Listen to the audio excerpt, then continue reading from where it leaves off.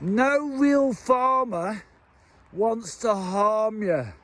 He only wants to create real food. And that's why, no matter their mood, he gets up 7 days a week to feed his flock. But that is not the end of the story. If we all want to live together in glory, maybe we just have to relearn, unlearn. Maybe it's our turn for evolution instead of revolution. I'm not talking about going back to the Middle Ages. I'm just talking about turning and writing new pages.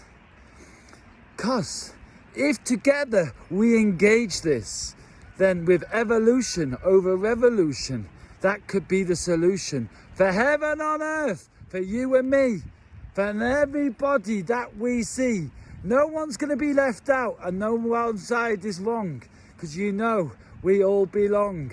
Right, together, I gotta carry on working. Oh, what I see in the world, it's kind of hurting. But anyway, as I like to say, as a farmer, we work every day.